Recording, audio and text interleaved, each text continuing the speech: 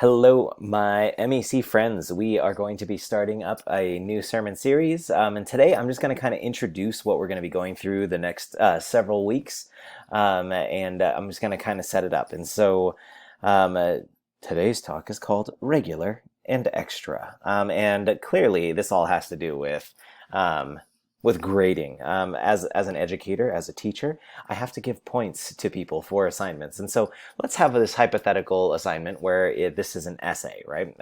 And in the grades that I'm going to give you, 50% of this is going to be on the quality of your writing. So making sure that I don't know, you used good diction and sentence structure, and you have introductory and concluding sentences, and you have a clearly stated thesis, and you hook me really good at the beginning. Hook me really well. I apologize, English majors. So you get 50 points for the quality of your writing, and then you get 50 points for following instructions and nailing it on the content, making sure that you talk about the thing that you're supposed to talk about the entire time. And so this assignment is worth 100 total points. Now, in addition to this, for those of you who are artistically inclined, I will give you an extra 5 points of extra credit for adding some sort of drawing of the topic, or including a chart or a graph, or something that illustrates further the point that you're making in the essay. So theoretically, if you do everything, you can get 105 out of 100 points on this assignment. Now, here's the thing that I've noticed that's curious, is that sometimes, as the moment you say that you can get extra credit on an assignment, I've noticed that for some students, like, it's too tempting to only focus on the extra credit. They'll be like, cool, I really need to focus on this chart and this graph. And so then sometimes students will then do terrible writing and not meet any of the requirements of the essay, but then have like a super stellar artistic component to the thing that they did. And so we're going to do a little bit of quick math. Tell me which of these sounds better to you. You do terribly on the quality of your writing. You forget to do an introductory paragraph altogether, and you don't cover half of the things you're supposed to cover. And so you end up getting 56 out of 100 points on the regular credit, but you do a stellar, amazing, beautiful drawing that gets you 5 points of extra credit for a grand total of 61 points, also known as a D minus. Don't worry, you still passed. Or let's say that you really spent all of your class time and all of your hard work really trying to make sure that you meet all of the requirements. You proofread it several times. You had someone peer review it for you to make sure that everything flows and is understandable, and catch all of those silly little mistakes where you shouldn't use contractions and all of that sort of stuff. And so you nail it on the regular credit, and as you're turning it in, you're like, oh, I totally forgot about the extra credit. I could have drawn a diagram or something to further enhance my point, but oh well, I'll turn it in.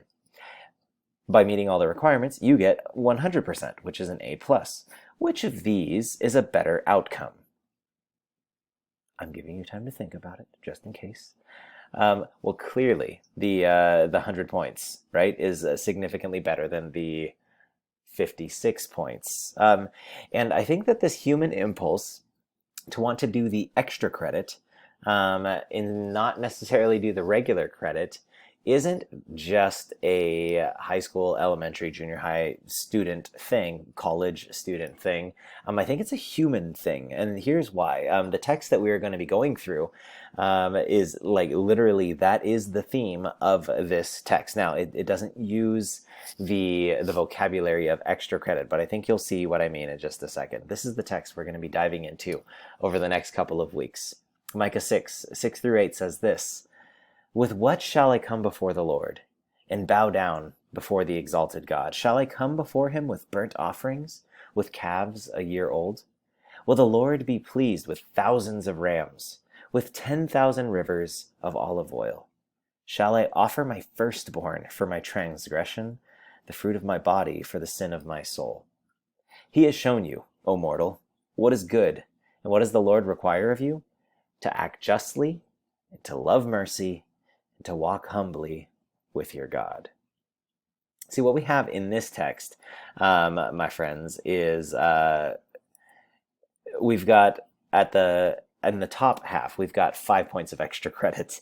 And in the bottom half, we have the actual credit. Micah is writing to God's people here, and he's calling them out on the things that they've devoted their attention to. In the upcoming weeks, we'll go to the verses before and after, because context, to kind of unpack why they're even having this conversation. But look at what even happens in this section here in the beginning. He says, "With what shall I come before the Lord?" Right? He's going to give burnt offerings with calves a year old, so like young cows, which are like that is one of the sacrifices that you could give, right? And so that's a normal sacrifice, and it's a young cow, and so look at this wonderful thing you're able to sacrifice to the Lord. But then it ramps up. Well, not just like year-old calves, plural, but what if I bring 1,000 rams and sacrifice that? Or not just 1,000 rams, 10,000 rivers of olive oil, not just like 10,000 drops, rivers of olive oil. And you could see that there's this escalation, and then he goes even to the unthinkable, right? Shall I offer my firstborn for my sins? So he's like, hey, what do I come before God with?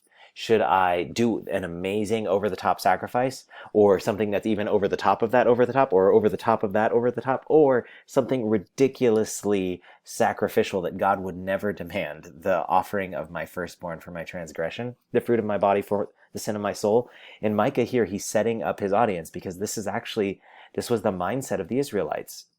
Life's hard, so let's make sure that we do all of the offerings that we can, do all of the religious activity that we can, make sure that we go over the top in our religious devotion to God. But then they neglect the regular credit. And here's the regular credit. He's shown you, O mortal. He's shown you, man, woman, what is good. What does the Lord require of you? To act justly, love mercy, and walk humbly with your God. And I think that sometimes in Christianity, and not even just in Christianity, I think in life, because we want the extra credit and we don't want to do the regular credit, I think that sometimes in our pursuit of holiness, in our pursuit of being like really deep people, in our pursuit of, I don't know, wanting to be a good like Christian or good follower of God, sometimes we focus in on the extra credit. We say like, I want to be really good at apologetics, or I want to go on all the mission trips that I can possibly go on, or I want to make sure that I'm like serving in every capacity at church, and that I'm on the camera crew and on the worship band, and I'm on the homeless ministry team, and I'm on this team and that team. But then like we're unjust and corrupt in our daily lives. We are not kind and merciful in our daily lives. We are not like walking with God in our daily lives, but we're doing all of the extras. And so these next several weeks, what we're going to do is we're going to be spending time breaking down each of these things that are part of the regular credit. And don't get me wrong, like worship band, camera crew, usher, set up and tear down, like all of these things are really, really important for what we do as a church. However, like I don't ever want to come to a place where we're like, man, I was on my ministry outreach team and I served and worshiped God, but then I lived my life and I wasn't just. I didn't do the right thing. I wasn't merciful, and I didn't walk with God in my daily life. And so what I want to kind of just like lay out before you in the upcoming weeks is, hey, let's go for regular credit. Extra credit's out there, wonderful, and there's all sorts of wonderful things that can make you more connected to God and even excel beyond the 100%. But let's at least do 100%, right? Let's meet the basic requirements first, and that's to act justly. And we're gonna like spend a couple of weeks on each of these terms to kind of like unpack them and show you how to really live them out. But just like the basic understanding is, do the right thing, act justly, love mercy. The Hebrew word for mercy is chesed, which is like loving kindness is often how it's translated. So, hey, be a kind, nice person. So do the right thing, be a kind, nice person, and walk humbly with God. Not just be humble, but your awareness of being with God everywhere you go, taking God with you everywhere you go, and letting that be your reference point for your own humility. This is what God requires of you. And I would actually, I guess this would be extra credit. I would actually recommend that you memorize Micah 6, verse 8. He has shown you, O mortal, what is good and what does the Lord require of you? To act justly, to love mercy, and to walk humbly with your God. I think there's a song by Charlie Hall that has that as the chorus, and I think that there's like another like 80s and 90s song that I grew up singing that has this as the verse.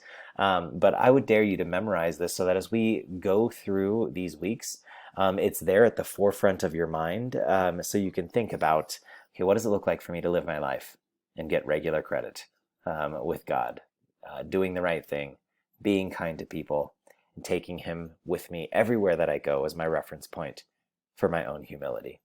So, get 100%. Have a wonderful rest of your Sunday. Bye-bye.